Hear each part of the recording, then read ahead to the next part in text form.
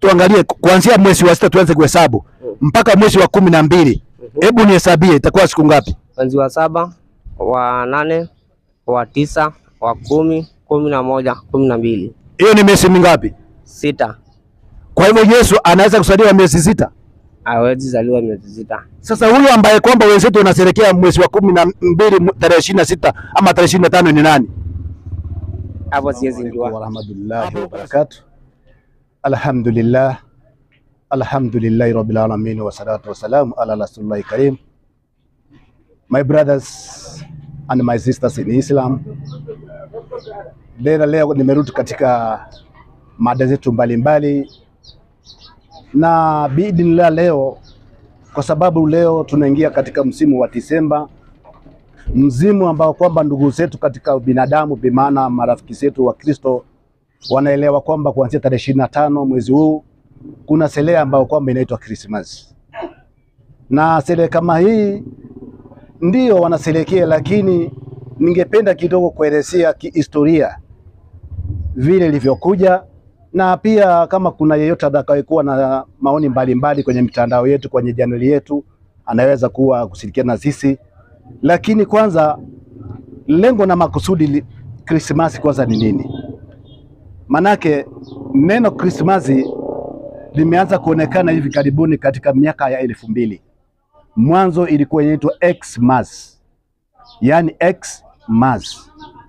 Ilikuwa X. Neno X katika lugha ya Kirumi ni 10. Unapoandika X katika wale ambao wamesoma manake 10, Warumi ama the Roman wanaandika X. Na mas katika Kitaliano wanasema ni mkusanyiko wa watu wengi, yani it is a congregation, yani watu wakiwa pamoja wanasema mas. Ina maana ni mkutano wa viongozi 10. Ina maana ni watu waliokaa watu 10 wakapanga kwamba lazima kuwe na Xmas. Katika miaka ya 2000 kulikuwa na kitu ambao kwamba walisema millennium, ambao kwamba ikawa inabadilika baada ya muda wakabadilisha ikawa ni Christmas, yani kusaliwa kwa Bwana Yesu. Lakini swali linakuja, hivi kweli Bwana Yesu kasaliwa tarehe 25? Turudi katika vitabu. Katika Luka 1:26 nasema mwezi wa 6 malaika Jibrili au malaika Gabrieli alienda kwa mwanamwali bikira aliyekuwa ameposwa na mtu mmoja jina lake Yusufu, wa mbali ya nyumba ya Daudi. Ilikuwa ni mwezi wa 6 ambao kwamba malaika Gabrieli ametumwa na Mwenyezi Mungu kuenda mpaka kwa Mariamu. Mariamu alikuwa ameposwa na mtu mmoja anaitwa Yusufu, wa mbali ya nyumba ya Daudi. Ilikuwa ni mwezi wa 6. Lakini sasa ilikuwa vipi mpaka leo wenzetu wanasherehekea Krismasi? Na hii Krismasi ilitokea wapi? Sasa hapo ndio narudi katika historia kamili, na hapa ndaenda kuongelea mambo ya unabii sana. Turudi katika vitabu vilivyotangulia. Asa tumuulize mtoto wa Nabii Allah Suleimani. Manake watu wengi hawajui Suleimani ni nani. Suleimani alikuwa ni mtoto wa Daudi. Na huyu Daudi kutoka generation yake utamuona alikuwa ni nabii aliyemzaa nabii. Suleimani ndiye aliyekuja kumzaa mtu anaitwa Danieli. Tunarudi katika kitabu ya Danieli, tuangalie Danieli. Danieli katika Biblia ndiye ambaye kwamba anaaminika kwamba ni mmoja katika manabii ambaye kwamba walikuswa na Mwenyezi Mungu, wakapewa hekima na maarifa. Na ndio unaona katika Biblia kitabu ya Danieli pamoja na Ufunuo wa Yohana ndio msingi wa imani ya Biblia. Sasa tunarudi katika Biblia yenyewe. Hivi kweli Danieli aliona maneno gani katika vitu kama hii? Na je, habari ya Krismasi nabii Danieli aliitabiri ama hakutabiri? Tunarudi katika Biblia kitabu ambao kwamba kinaitwa Danieli 7:1. Tuangalie, je, hivi kweli nabii Danieli anaelezea nini kuhusiana na masuala ambao kwamba ni ya Krismasi? Hapa walio ambao kwamba wanajua mambo ya Biblia, hapa natumia lugha ambao kwamba inaeleweka. Tunaenda katika vitabu ambazo kwamba wengi katika Wakristo huwa wasomi. Danieli 7:1 inasema mnamo mwaka wa kwanza wa utawala wake mfalme Belshaza wa Babeli, Danieli aliota ndoto, na juu ya kuona maneno akiwa amelala kitandani mwake aliandika ndoto yake hivi. Kwa hivyo tunaambiwa kwamba katika mwaka wa kwanza wa kutawala kwake mfalme Belshaza. Belshaza alikuwa ni nani? Belshaza watukuu Waislamu pamoja na Wakristo ambao kwamba wanatazama katika chaneli yetu, Belshaza alikuwa ni mtoto wa Nebukadneza. Nebukadneza ni yule ambaye kwamba aliyetoa madai akasema kwamba hakuna duniani wala mbinguni hakuna mwingine yeyote isipokuwa ni yeye. Akawa na kibri, kisha Mwenyezi Mungu akatoa amri. Huyu Nebukadneza akaenda msituni akakaa miaka 7 akiwa anatembea kama mnyama, anakula majani kama mnyama, anaitwa Nebukadneza. Alikuwa ni mtawala aliyekuwa anatawala nchi inaitwa Babeli ama Babylon. Babylon ndio alikuwa anatawala. Na hii Babylon, watukuu Waislamu pamoja na wana ambao kwamba si Waislamu ambao wananitazama, Babylon inapatikana katika nchi ya Iraq, ambao hapo mwanzo ilikuwa inaitwa Uru ya Wakaldayo ama Mesopotamia. Sasa hivi inaitwa Iraq. Pale ndio tunapata mji unaitwa Babylon ama Babeli. Huyu mtawala anaitwa Nebukadneza alikuwa na kiburi, akasema kwamba hakuna Mungu duniani wala mbinguni. Mungu akamwoneza kwamba yeye ni Mungu, akamfanya akawa kama mnyama, kama ng'ombe, akapelekwa msituni, anakula majani, anakula kila kitu kama ng'ombe kwa miaka 7. Kisha baadaye Mwenyezi Mungu alimrudishia fahamu yake, akamlegeza katika utawala wake. Baada ya kurudi katika utawala wake tena Mwenyezi Mungu, kwa sababu alisema kwenye Qur'ani kwamba kila nafsi lazima itaonja umauti, yule bwana alikuja akafa. Kisha mtoto wake anaitwa Belshaza, ndiye sasa huyo ambaye kwamba anatabiriwa hapa ama anayesemezewa hapa katika Danieli 7. Nasema katika mwaka wa kwanza wa kumiliki kwake mfalme Belshaza, Danieli aliota ndoto na kiza akaandika maneno yale. Katika ndoto yake Danieli nasema aliona pepo 4 za mbinguni zikifuma juu ya bahari. Watukuu ambao kwamba mnanitazama kwenye video hii, ni kwamba tunaposema pepo katika lugha ya kiunabii ama katika lugha ya prophecy, pepo maana yake ni vita. Unaposikia neno pepo kwa mujibu wa Biblia au kwa mujibu wa unabii, maana yake vita. Akaona pepo 4, akaona kuna mataifa 4 au kuna watu 4 ambao kwamba wanasosana,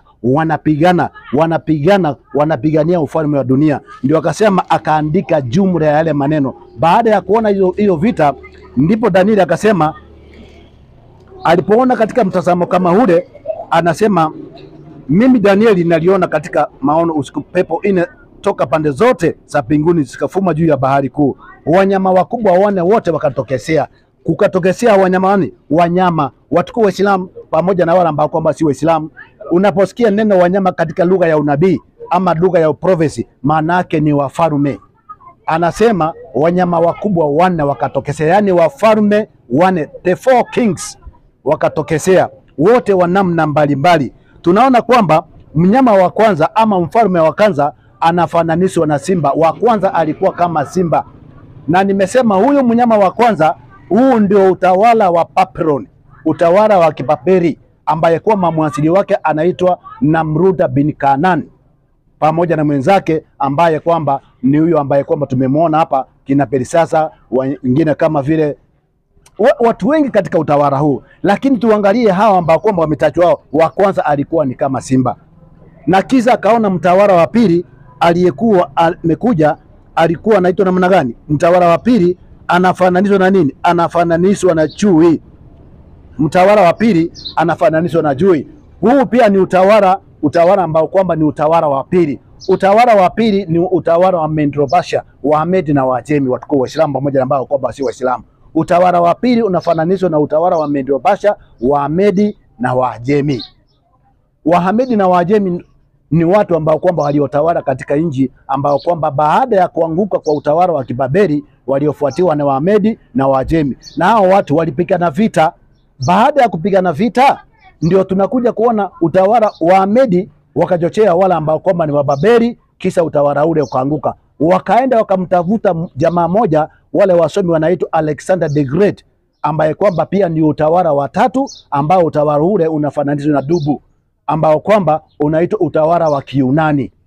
Baada ya utawala wa Kiyunani ambaye ni mnyama wa 3 unafananishwa na dubu, ukatokelezea utawala wa 4 ambao tunaambiwa hauna mfano, hauna umbo lolote. Utawala huu ulikuwa mbali na utawala zingine, na huu ni utawala wa the Roman Empire, ambao ndio mada yangu ya leo, ambao tunaenda kuangalia, ambao ndio waanzilishi wa Krismasi.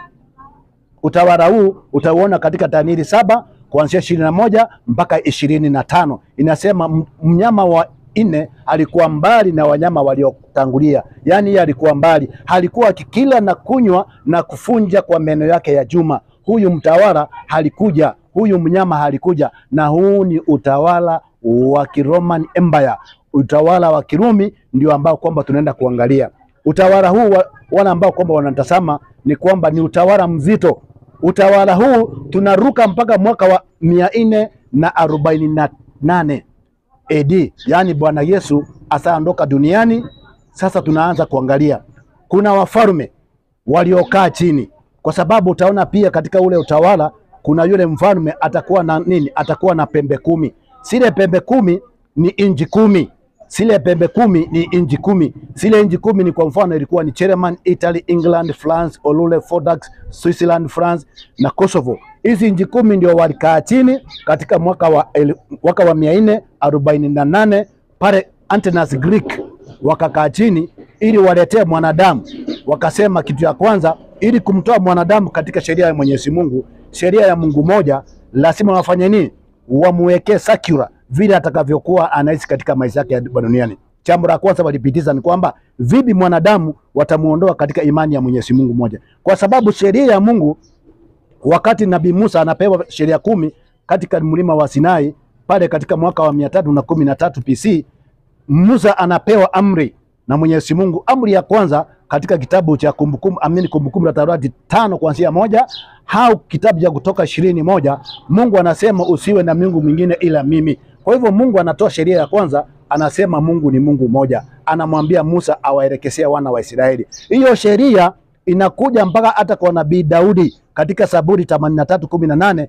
Mungu anasema wajue wewe uitoe jina lako Jehova, wewe ndiye Mungu peke yako, zaidi yako wewe hakuna Mungu mwingine. Nabii Isaya katika 46:5 pia Mwenyezi Mungu anaonyesha kwamba yeye Mwenyezi Mungu ndiye Mungu peke yake, hakuna Mungu mwingine isipokuwa ni Mungu moja.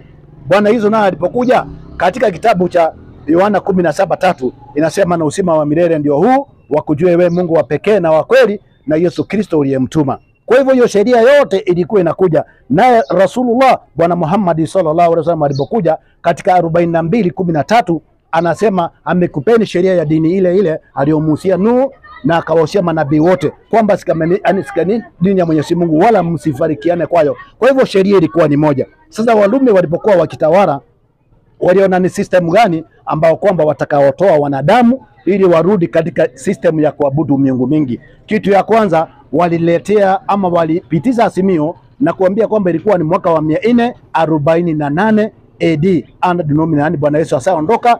Walikaa chini ya kikao yale mataifa ambao kwamba nimetaja chini ya mfalme au chini ya baba anaitwa Constantino Augusto kule Athens Greek, walikaa chini ya utawala. Sasa walikuwa wanatoa asimio. Asimio la kwanza ni kufanya kwamba yule ambaye kwamba itakuwa vipi wanadamu waamini kwamba Yesu kasaliwa tarehe 25. Lakini walirudi katika historia kwenye vitabu. Kuna mfalme aliyekuwa anaitwa Namruta bin Kanani. Huyu Namruta bin Kanani utampata katika kitabu cha Mwanzo 10 kuanzia yake ya 8. Inasema huyu Kusi akamsaa Namruta akawa hodari katika kuwinda. Katika Mwanzo 18 utampata habari za huyu bwana. Sasa huyu bwana alikuwa na mwanamke anaitwa Semiramis. Lakini bahati nzuri au mbaya hawakujaliwa kupata mtoto. Yule bwana akawa na kiburi, akaanza kusema leo angepata mtoto. Lakini kwa sababu yule bwana alikuwa na kiburi na alitoa idini, akasema yeye pia ni Mungu. Wale wenzetu wa Babeli wakawa pia nao wanaabudu miungu yao.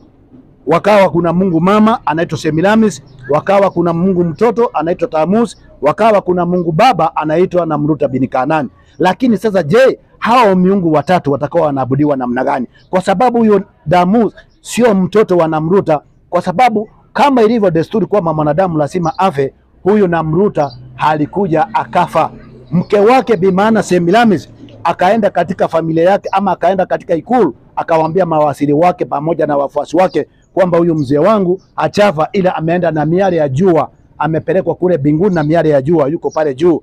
Sasa yule mama bahati mbaya bahati nzuri akafanya zinaa pamoja na moja katika wanajeshi waliokuwa wanamlinda, kisha Mwenyezi Mungu akatiliza ukafiri wake, akapata mimba.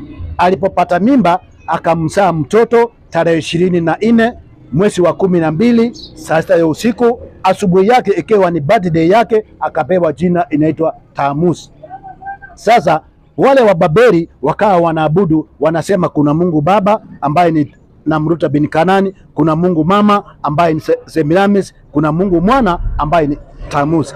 Lakini je, hivi kweli mbona waliingizwa kwenye kalenda? Kwa sababu wale wa Babeli walikuwa wanaamini kabisa kwamba haiwezekani juu mbinguni kwe kuna Mungu na hapa ardhini kwe kuna Mungu. Sasa ikawa kwamba wana miungu yao mitatu muhimu, na hiyo ikawa ndio sheria ambayo kwamba inaendelea. Sasa wale ambao kwamba ni mataifa 10 walipokaa katika kikao kule Nevea Greek mwaka wa 448 walipea itimizo, wakasema sasa hii tarehe 25 mwezi wa 12 kwa kila mwaka alikuwa wanasherekea sherehe ya kumzaa mtoto anaitwa Tamuzi. Kwa hivyo lazima iendelee. Ndio sasa sababu wakatoa idini kwamba dunia mzima hii ambao kwamba tunaiona kila mwaka tarehe 25 mwezi wa 12 kila mwaka wanadamu wote watakuwa wanasherekea siku ya kuzaliwa Mungu ambaye kwamba ni Mungu jua anaitwa Tamuzi. Lakini wakaona haiwezekani, wanadamu wameanza kusoma vitabu, wameanza kuelewa huyu Tamuzi sio Mungu wala sio mtoto wa Mungu. Wakabadiliza jina, wakasema iitwe Xmas, yani ilikuwa ni sheria ya watu 10, yani meza ya watu 10, mataifa 10, Germany, Italy, England, France, Olule, Fordag, Switzerland, Kosovo na France. Hao walikaa chini, ndio sasa wakaa katika kile kikao chini ya mfalme anaitwa Constantino Augusto, alikuwa ni Mwitaliano.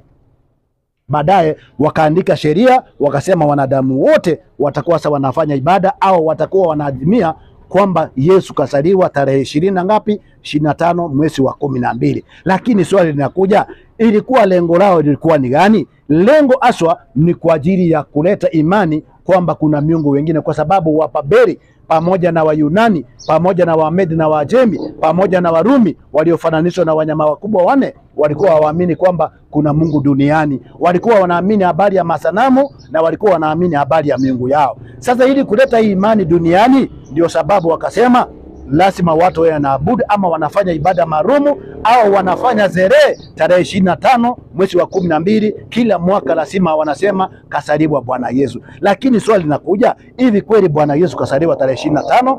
Lazima kwanza hapo tunafika. Hebu turudi nyuma kidogo tuangalie, ile sheria baada ya kupitishwa iliendaje namna gani? Sheria ya kwanza walidinisha ni kwamba lazima watu wanaabudu, lakini ili watu wapate kuabudu hiyo sheria sio rasima, wakaleta kitu inaitwa democracy.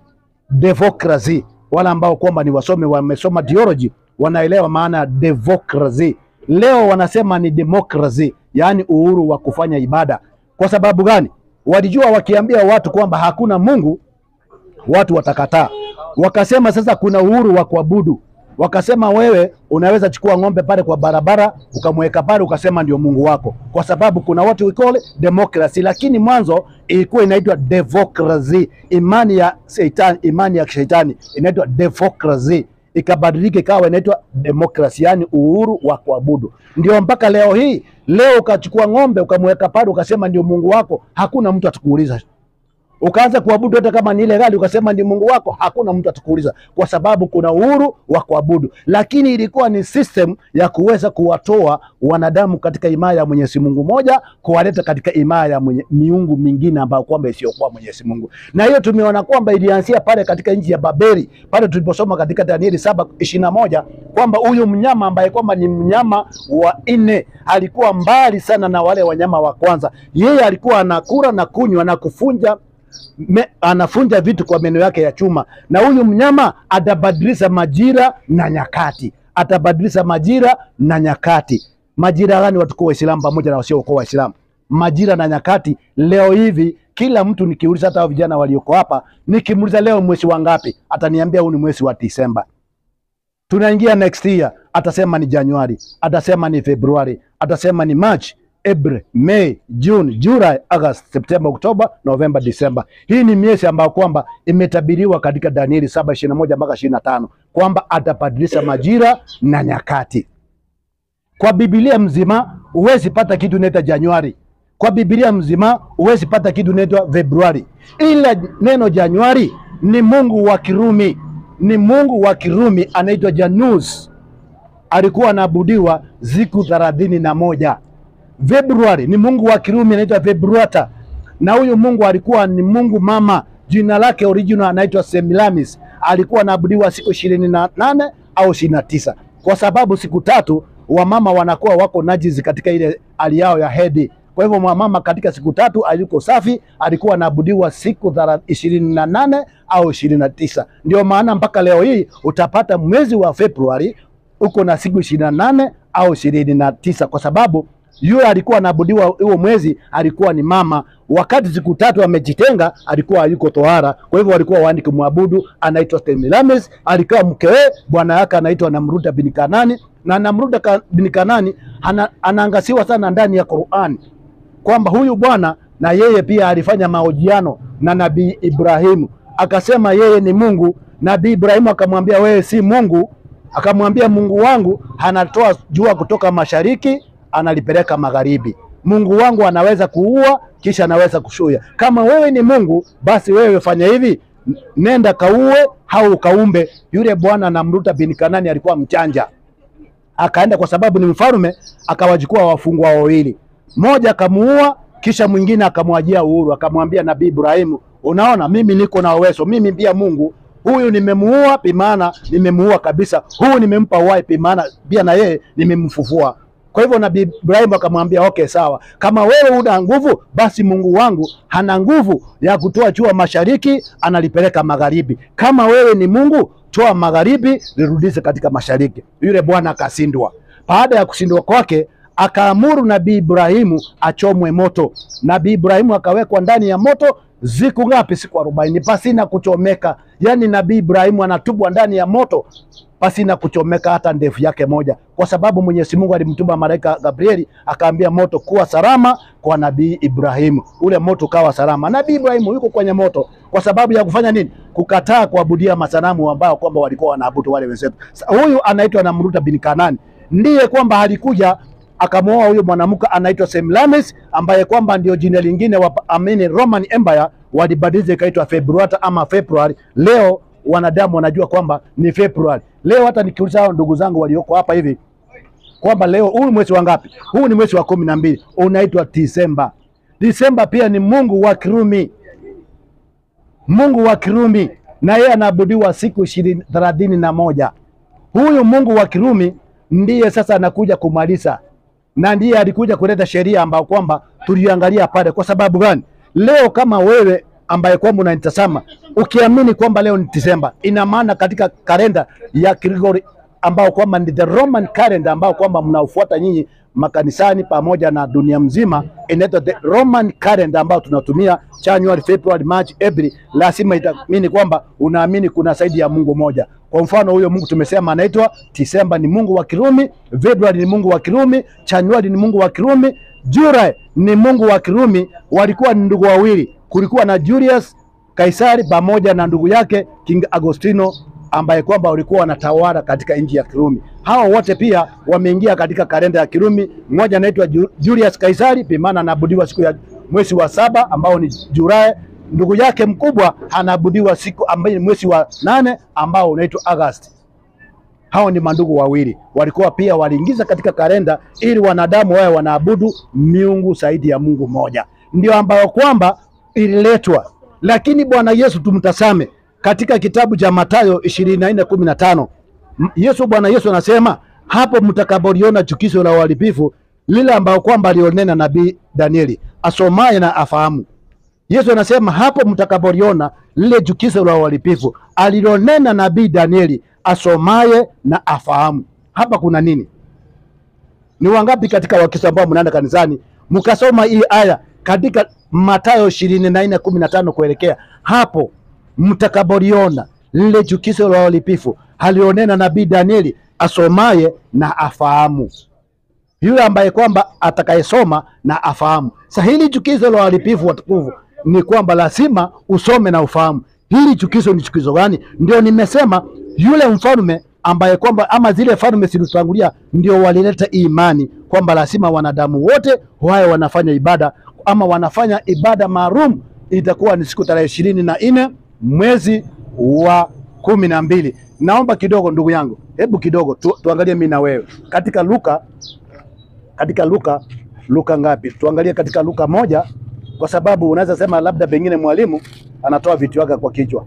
Tunasema hivi, mnamo mwezi wa 6 malaika Gabrieli alitumwa na Mungu aende kwenye kijiji ama mji uitwao Nazareti huko Galilaya. Ilikuwa mwezi wa ngapi baba? Mwezi wa 6. Mwezi wa 6 sio? Wacha nisoge karibu. Ilikuwa mwezi wa 6 sio? Malaika Gabrieli alitumwa na nani? Na Mungu.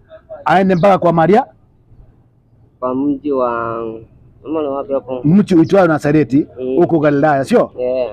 Akaenda Galilaya kwa mwanamwali bikira aliyekuwa ameposwa na mtu mmoja jina lake Yusufu.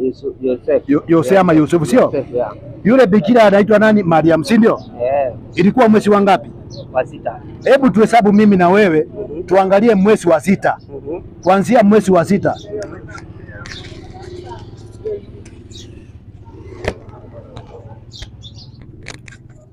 Ilikuwa mwezi wa 6 sio? Sasa tuangalie kuanzia mwezi wa 6 tuanze kuhesabu mpaka mwezi wa 12.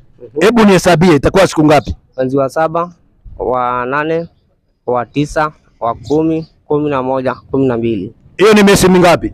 6. Kwa hivyo Yesu anaweza kuzaliwa miezi 6? Hawezi zaliwa miezi 6. Sasa huyo ambaye kwamba wenzetu wanasherehekea mwezi wa 12 tarehe 26 ama tarehe 25 ni nani? Hapo siwezi njua. Hapo wewe. My brothers, kuna yote ambaye hapa anaweza kunisaidia hii tarehe 26. Kuna mtu anaweza kunisaidia hapa kidogo ili ni